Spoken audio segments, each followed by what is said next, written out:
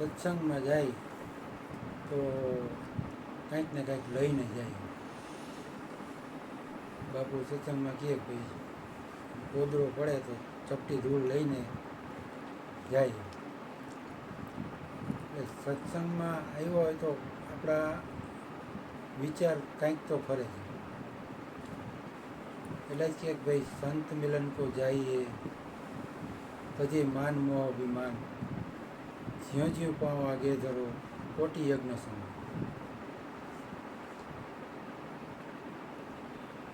સત્સંગમાં આવવાથી એમ કે કરોડો યજ્ઞનું ફળ મળે.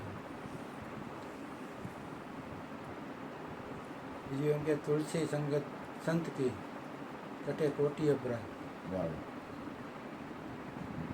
ખાલી સંતોના સંગમાં આપણા કેટલાય કર્મોનો નાશ થાય. બીજી વાત કરી કે ભાઈ આખું જગત બરાબર જ છે તો ક્યાં કાંઈ આપણે આંગળી ચીંધવા જેવું છે. બરાબર જ છે એમાં આપણે શું કરવાનું. એક ગીતની કડી મને યાદ આવે, तो इस तरह से मेरी जिंदगी शामिल है, जहाँ भी जाऊँ ये लगता है तेरी महफिल है.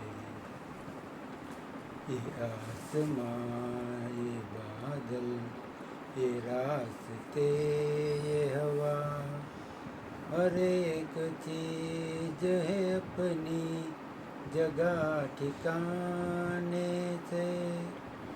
कई दिनों से शिकायत नहीं जमाने से. ઈશ્વરે જે ગોઠવું છે એમાં કરોડો વર્ષોથી આમ હાલે છે, પણ જમાનાને કે કોઈને કોઈ ફરિયાદ નથી. એ જે ઈશ્વરે ગોઠવું છે એને, પણ માનવીને ફરિયાદ ઉઠે. સૂર્યને શું ફરિયાદ છે? સૂર્ય ગોઠવી દીધું એનું કામ કરે. ચંદ્રને કાંઈ ફરિયાદ, પવન એનો વાયરો વાય, વરસાદ એની મેળે પડે. બધું આખી રચના ગોઠવેલી જ છે. પણ તો એ 2-4 દી મોડો થાય તો આપણે હકડકડ થાય.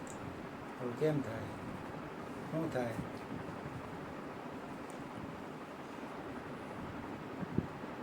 એ ગોઠવેલું એમાં કાંઈ કરવા જેવું નથી.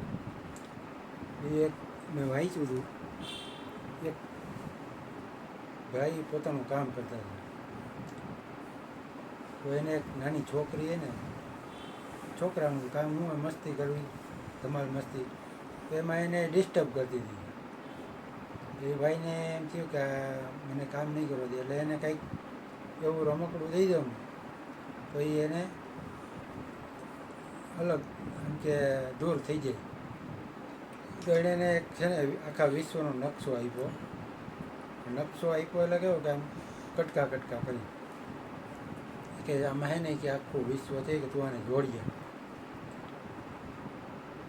છોકરાઓને કેવું ગમત ખાતર એવું આવે, પઝલ અત્યારે નીકળી આવે, બધી ટુકડા જોડો ને તો આખું કંઈક બની જાય. થોડી છોકરી લઈને ગઈ બીજા રૂમમાં. ઓલા ભાઈને થયું હવે મારે શાંતિ છે, હવે ગોઠવામાં એને લગભગ તો હાઈન પડી જાય, ત્યાં સુધી આવશે નહીં. તો 15-20 મિનિટ અડધી કલાક થઈને ત્યાં છોકરી આવી કે હાલો પપ્પા કે ગોઠવાઈ ગયું, જોઈ લ્યો. કે એવું બને જ નહીં કે કેમ ગોઠવી નાખ્યું છે. આખું વિશ્વમાં કેટલું બધું હોય, આખા દેશ કેટલા હોય અને રાજ્યો આ તે બધું. કે પપ્પા કે એમાં એવું છે ને કે તમે જે મને કાગળિયો આપ્યો હતો ને એની પાછળ કે ભગવાનનો ફોટો હતો. એ ભગવાનનો ફોટો હોય એ તો મેં જોયો હતો કે એને એમને ગોઠવતી ગઈ ને એટલે આખું વિશ્વ કે ગોઠવાઈ ગયું. તો આપણે એવું જ કરવાની જરૂર છે. એક ભગવાનને યાદ કરીને તો ઈશ્વરે જે ગોઠવેલું છે એ ગોઠવાઈ જવાનું બધું. હોય જો રામ રચી રાખા. એટલે જે રામે રચી રાખ્યું છે એ મુજબ બનવાનું જ છે. એમાં પછી અત્યારે ધીરજનો અભાવ જાજો. થોડીક ધીરજ ધરી તો કાંઈક રસ્તો નીકળી જાય. કાંઈ એવું બધું મુશ્કેલ અત્યારે હું તો કહું અત્યારે ખૂબ સારું છે.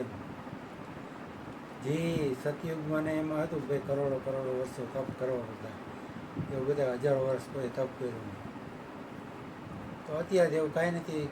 કલીમે કેવળ નામ આધારે સુમેર સુમેર નર ઉતરે પાર. ખાલી એક સમરણ યાદી, ભગવાનની યાદી રહી જાય તો એ પાર ઉતરી જવાનું છે. બોલીએ સદગુરુ મહારાજની જય. વડલા સાહેબ પૂછતો હતો